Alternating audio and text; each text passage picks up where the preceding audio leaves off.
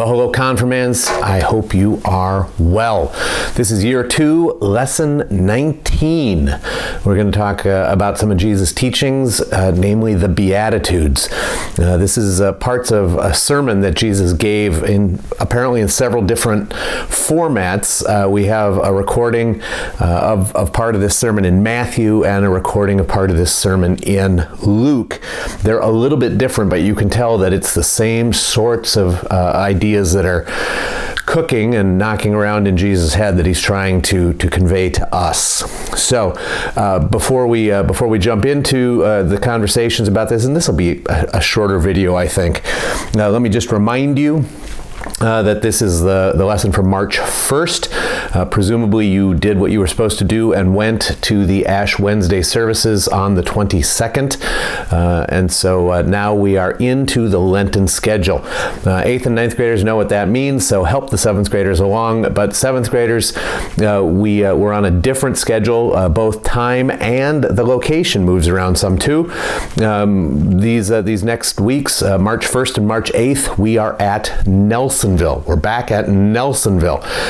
You're welcome to come to Peace, but it's going to be dark and kind of lonely. Whereas at Nelsonville, starting at 5:30, there is the soup supper. At 6:30, we gather up in the sanctuary and we do our ordinary in-person confirmation meeting. 7 o'clock is church. 7:30, you're out the door. So that's the big plan. Remember, this week, we're not at Peace. We are at Nelsonville. March 1st and March 8th are at Nelsonville, and then we flip back to Peace. All right. Before we actually jump into the first part of our lesson, the Beatitudes from Matthew's Gospel, the first words of this week's phrase that pays: obedience is the crown. Obedience is the crown. Now, I'm just going to read it to you, then we're going to talk. Right? What are we? Week 5, talking about issues of judgment and grace, heaven and hell, how we're supposed to behave, how we're not supposed to behave. In Matthew 5, 6, and 7, the chapters 5, 6, and 7, Jesus just puts it down very specifically. In this situation, this is what you're supposed to do. In this situation, this is what you're supposed to do. But that specific stuff is preceded by these verses in Matthew. That this is sort of the outline. This is sort of the poetic rendering of it. This is the general rendering of it. And then if you get this, if you understand what you're shooting for here, all those specific instructions are really kind of unnecessary. I mean, if your parents are going away and they say to you, treat your younger siblings with love and gentleness and take care of them, they really don't need to go into detail, do they, that you shouldn't punch them in the head, you shouldn't push them down the stairs, you shouldn't laugh at them, you shouldn't make fun of them, you shouldn't tell them that they're ugly. I mean, do we need all those specific rules? Well, I guess sometimes we do, but if you took seriously, treat your younger siblings with love and respect and care, you don't need the rest. So this huge sermon of Jesus, Matthew 5, 6, and 7, starts with sort of the 30,000-foot overview, and for people paying attention with the right kind of hearts, it's probably enough. All right. So Matthew 5, 1 through 12. When Jesus saw the crowds, he went up the mountain, and after he sat down, his disciples came to him. Then he began to speak and taught them, saying, "Blessed are the poor in spirit, for theirs is the kingdom of heaven. Blessed are those who mourn, for they will be comforted. Blessed are the meek, for they will inherit the earth. Blessed are those who hunger and thirst for righteousness, for they will be filled. Blessed are the merciful, for they will receive mercy. Blessed are the pure in heart, for they will see God. Blessed are the peacemakers, for they will be called children of God. Blessed are those who are persecuted for righteousness' sake, for theirs is the kingdom of heaven. Blessed are you when people revile you and persecute you and utter all kinds of evil against you falsely on my account. Rejoice and be glad, for your reward is great in heaven, for in the same way they persecuted the prophets who were before you." All right, so We live in a world that says, that you should be the richest and the thinnest and the smartest and the prettiest, the most athletic, and that if you're anything other than that, you're really not very important, that you're pathetic and pitiful and weak. We keep score with one another. We want what the other person has. We can talk ourselves into the idea that it's right for us to take it. We tend to be very selfish. We tend to be very self-absorbed and self-centered. As long as I'm happy and good, it doesn't matter if I made you cry or if I hurt you. That we have all these crazy things going in our head. And then Jesus gives us this very, very different vision of how life could be, of how life should be. And Jesus knows that we're tempted to all this insanity. We're tempted to all this craziness. And Jesus says, no, you don't understand what a good life is at all. A good life isn't that you have more than you can ever spend while other people are starving. A good life isn't that you think you're so special because you look a certain way, that you really had very little to do with the color of your skin, that should be somehow determinative. A good life isn't that you can push people around or make them do what you want them to do or take things. No. Blessed are you if you're these other ways, right? That if you join the broken in the world and join in their mourning, you will someday be comforted. If you're meek, if you keep yourself humble and low, if you don't push other people around and think you're more important than other people, you're going to inherit the world. That you're exactly the kind of people who are going to fill God's kingdom. If you're hungry and thirsty for righteousness, if you really want the world to be better, for goodwill to ring out, and for people to do the right thing, for there to be justice in the world, then you're going to be filled, that someday you're going to get exactly that. Blessed are you when you're merciful, for you're going to get God's mercy. Right? It's just a totally different way to live. Can you see that? If you're pure in heart, you're going to see God. If you're a peacemaker, if you try to reduce the violence and the chaos in the world, if you try to bring people together instead of putting them apart, right, you'll be called God's child. And then some weird stuff. If you are working so hard to be good that the world tries to squash you, or that people try to shut you up, you know that you are on the right track. Then even though it might be painful in the moment, you're on the same track that God's true prophets were on. And you should rejoice, knowing that your reward is great in the kingdom of light. It's just a totally different way to live, right? Jesus is recasting what a good life looks like. And again, in the next 3 chapters, he's going to give you the specifics if you need them, right? So again, we're talking here, as we have been for weeks, that God cares about how you live, how you talk, how you act, not someday when you're old, but right now for the rest of your life, and that God has a plan and a purpose that is different than the plan and the purpose that the world has, and Jesus is calling you into that other thing. I've tried desperately to give you different ways to think about it, right? That we start playing with the things of the kingdom of light here, that we start practicing the customs and the words of the kingdom of light here, that you pay attention which way you're supposed to go, and that when you find yourself going the wrong way, you get off that train and you get on the right train, that you follow Jesus instead of following your own sensibilities, that you're aware that there will be a judgment, and that judgment has to do with how you live day to day, not just some decision that you've made, but actually all the millions of decisions that make up the fabric of your life. And that as you practice a certain manner of life, you're either becoming more fit for the kingdom of light or the kingdom of darkness. right? So this is how Matthew's sermon, Jesus' sermon in Matthew 5, 6, and 7 starts, with this list, this contrary list, this unbelievable list, this anti-cultural list of who exactly is pursuing the good life. All right, the next words in the phrase that pays, and honor. And honor. H-O-N-O-R, right? All right, so when Luke hears a version of this sermon and records it, this is what Luke says from Luke 6. Jesus came down with them and stood on a level place with a great crowd of his disciples and a great multitude of people from all Judea, Jerusalem, and the coast of Tyre and Sidon. They'd come to hear him and to be healed of their diseases. And those who were troubled with unclean spirits were cured.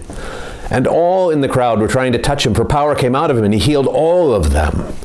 So you got this huge gathering of people, and Jesus is doing mighty acts of power. He's come down from the mountain. He's with the people in their lives, in their pain, in their brokenness, and the power of God is just exploding out of him, right? So whatever he says next is going to be stapled in their minds to this power that he has, right? This life that flows out of him.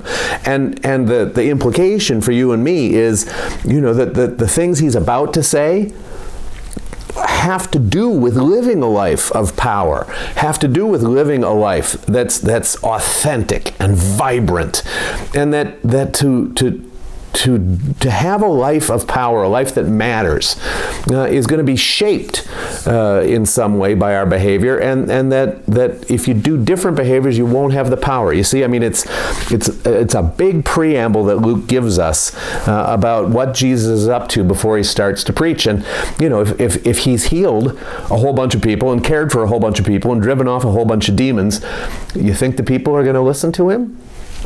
Yeah, and Luke is suggesting you and I listen to him too. So this is going to sound familiar, but Luke takes it in a different direction too. He not only tells us what a holy life looks like, but he tells us what an unholy life looks like. He gives us the big picture path to the kingdom of light and the big picture path into the darkness, right? Verse 20, then Jesus looked up at his disciples and said, "Blessed are you who are poor, for yours is the kingdom of God. Blessed are you who are hungry now, for you will be filled. Blessed are you who weep now, for you will laugh. Blessed are you when people hate you, and they exclude you, revile you, and defame you on the account of the Son of Man. Rejoice in that day and leap for joy, for surely your reward is great in heaven, for that is what their ancestors did to the prophets." All right, so it's a different spin here, right? I mean, the thing that Jesus says that we're shooting for to live an authentic life, a good life, is that we would be poor and hungry, we would weep, and we would have a collection of people who hate us. And that just sounds bad, doesn't it? But remember, Jesus, he joined people at table, he ate with people, he laughed with people, he drank with people.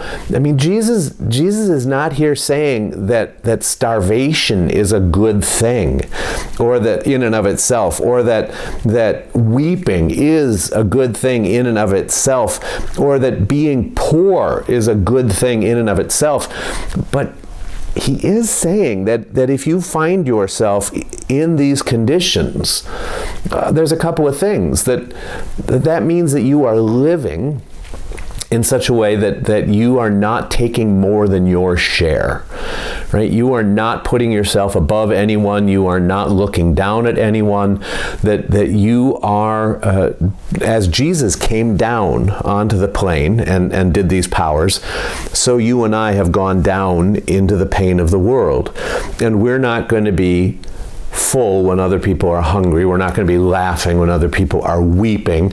We're not going to be, driving our sixth car to our second house, while people are living in boxes under bridges, right? That Jesus is saying that as I came down, so you should come down. That's the path to having a true and a vibrant and a powerful life. And if you do that, a whole bunch of people are going to say you're a fool, a whole bunch of people are going to kick at you, and a whole bunch of people are going to try to resist what you're doing. But remember, the one who's telling you this just did these amazing acts of power. You can trust me. Come down. Be with all of the people of the world. Share what you have, give what you have, and live with them, and your reward will be great. Right? And then, if you miss it, Jesus does give the quick snapshot of what the path into dark looks like, right?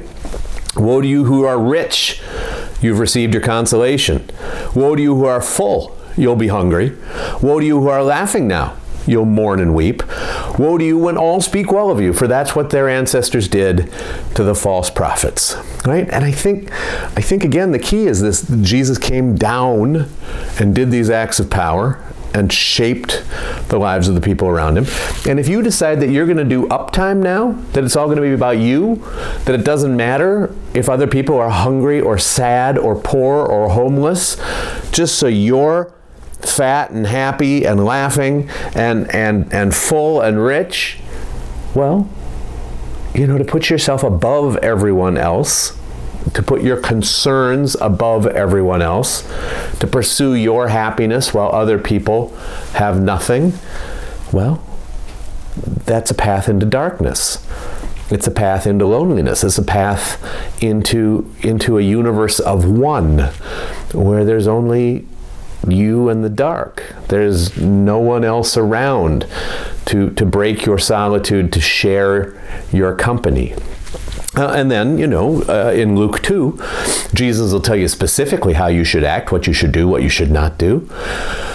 But if a person takes seriously that our job is to live like Jesus, to come down among those who are hurting in the world and to do all we can to care for them and to raise them up, as opposed to making ourselves first and doing everything for our own self without care for anyone else, it's pretty clear. Do you really need the specific instructions after that?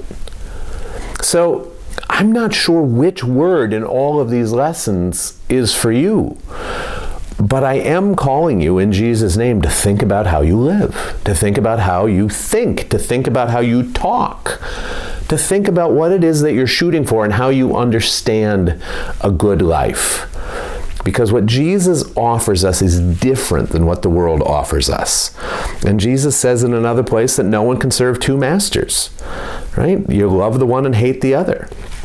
And so you and I are called to choose whether or not we will follow Jesus. And that choice is given to you because Jesus already chose you. That Jesus has done for you everything that he is imagining that you would do and more. He did it first, and he walks with you as you do it. He picks you up as you fall. I invite you to listen to Jesus, to listen to him in these Beatitudes from Matthew and Luke, and to come ready to class on the first with some questions about what a good life looks like, what a bad life, a life that's headed to the dark looks like, and what it means to choose the good. All right? End of the phrase that pays, of all virtue. Of all virtue, of course, this again is a saying of Martin Luther. So shorter lesson this time. You take care of yourself. I look forward to seeing you on the first at Nelsonville. Soup supper starts at 5:30. In-person discussion group starts at 6:30. You take care. Bye-bye.